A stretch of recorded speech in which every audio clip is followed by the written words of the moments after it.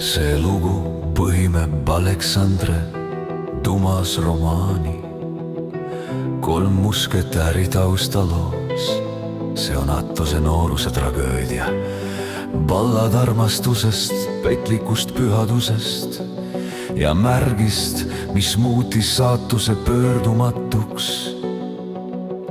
Mõned lood ei vaja selgitust, piisab ühest märgist ja ühest liiljast.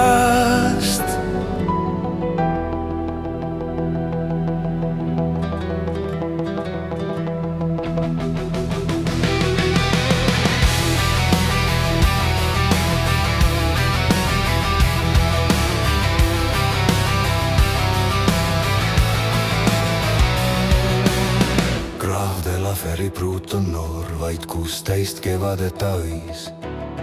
Nii vaikset pilku kombeloori leidu terves Provenceis. Ta naer on puhas, meel on hell ja krahv on armastusest joobnud veel.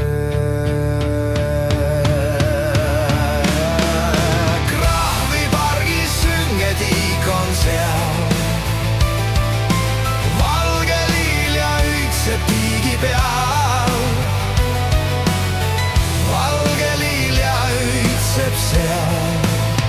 Õitseb seal. Koos pruudiga astub majja vend, noor preester pühaks rüütand end. Neid kahte lahutada ei saa, nii räägib rahvas, nii on kombeks seal. Lind laulab, pasun hüüab, metsas on pulmapäev, nii selge, helge, uhke. Krahvipargis sünge tiik on seal, valge liilja õitseb tiigi peal. Valge liilja õitseb seal, õitseb seal.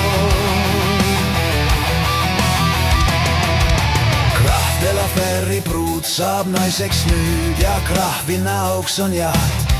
Mets kihab, sarved hüüavad, käsi käes nad ratsutavad rajal. Ent äkki, oh jumal halasta, hobune langeb, pruut lamab maas.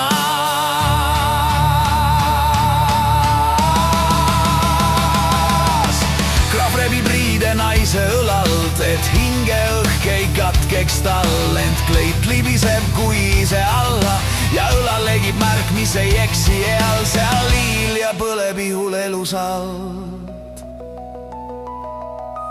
Timukas oli meister oma töös, seal liilja õis on keha peal. See liilja ei kao iial, ei kao eal. Süüdi on krahvi noorik nüüd ja vend ei olnud püha vend. Neid saatan ise laulatan, mis sosistab neist vaikne legend. Mis teeb siis krahv, ei mees ei lesk, ta viib nad vette ja kõik vaikib.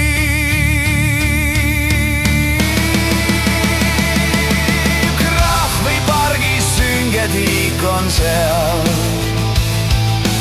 valge liilja õitseb tiigi peal. Valge liilja õitseb seal, õitseb seal.